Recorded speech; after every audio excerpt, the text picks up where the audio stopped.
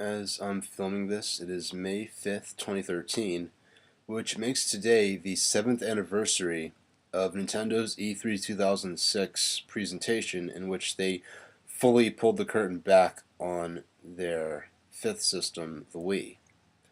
It's really hard to believe that was 7 years ago already. And yes, I will say it's been so long. I'll have to specifically say, like, yeah, E3 did used to be in May back then. I've seen people when I've mentioned this say, "What? It's only May." Yeah, E3 used to be in May.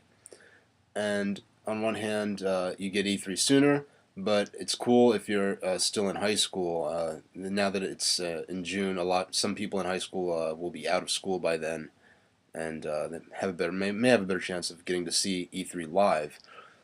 Uh, Given the recent sort of upheaval about Nintendo's E3 announcements, their plans for their E3 strategy, and their specific plans to not have a central, really big media briefing presentation, a big blowout like E3 2006, like last year E3 2012.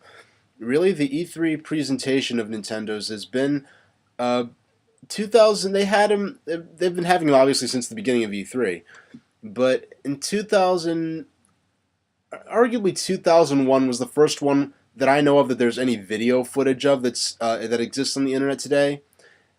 People knew about E3 2003 might have been the first one where a lot of people saw video coverage of it, of their main presentation.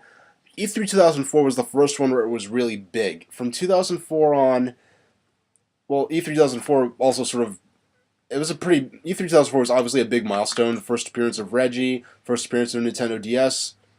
It was really the beginning of them salvaging the back half of the GameCube's lifespan, and not doing a Dreamcast and sort of pulling out early. And E3 2006 was probably the best E3 Nintendo ever had. I'd say it's the best E3 Nintendo ever had, and the best E3 presentation Nintendo ever had, because it basically set up, it clearly communicated the idea of what they wanted to do with this new system. It set Nintendo on a course where before E3, there was no. If you said that we would outsell the PlayStation 3 and the Xbox 360, you'd get laughed at before E3 2006. After E3 2006, the atmosphere changed a lot. They really set themselves up to have a lot of consumer excitement and a lot of fan base excitement. And they really and E3 2006 to me proves that people don't like. There's this like sort of stigma about showing anything that's not like a shooter or a platformer or an RPG or something like that at an E3 presentation. And they've been E3 2000 presentations like E3 2008 for Nintendo, like in Microsoft's presentation last year, where they just had really awkward sort of. Well, Microsoft did it a few times with the Kinect stuff. Nintendo definitely did it worst of all in 2008 with the Wii Music reveal and all that. But really, I think people don't hate casual stuff. Even 2006, all the hardcore was so totally thrilled, and they showed so much casual stuff. They had a balance in what they showed, and they had a balance of how they communicated. Nintendo is really, I think, the one problem they've had consistently throughout its recent history of the last several generations has been uh, hit or miss communication. Even when they're selling good and their products are selling good, they seem to have a hard time really clearly communicating with everyone. And a lot of people end up feeling alienated who otherwise might have really been into what Nintendo had to offer, regardless of whether or not they could have changed their selection or got better support for their systems. That's obviously always a key thing.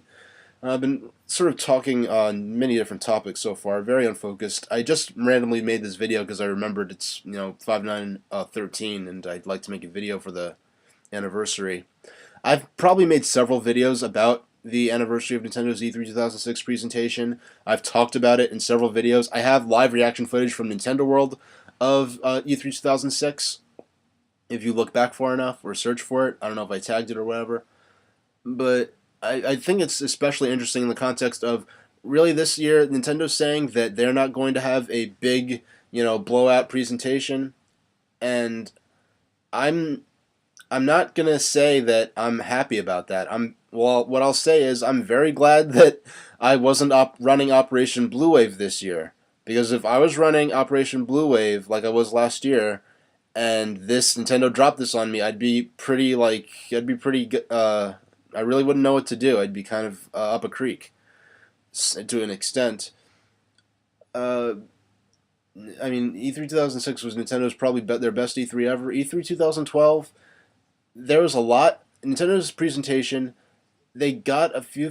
I'll just make a whole other video about this. This has gone on far enough, but I I hope somehow E3 2006 for Nintendo does for the Wii U what E3 2006 did for Wii.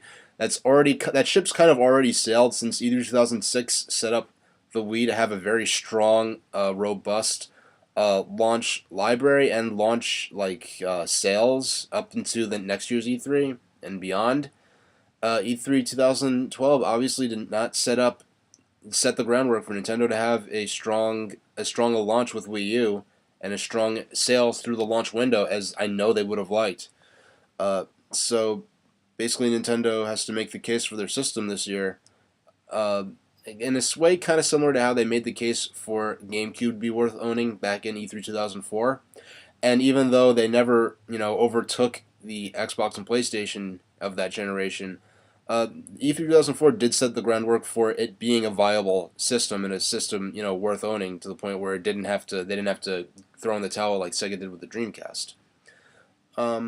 Yeah, I think I said enough for that, and thanks for watching.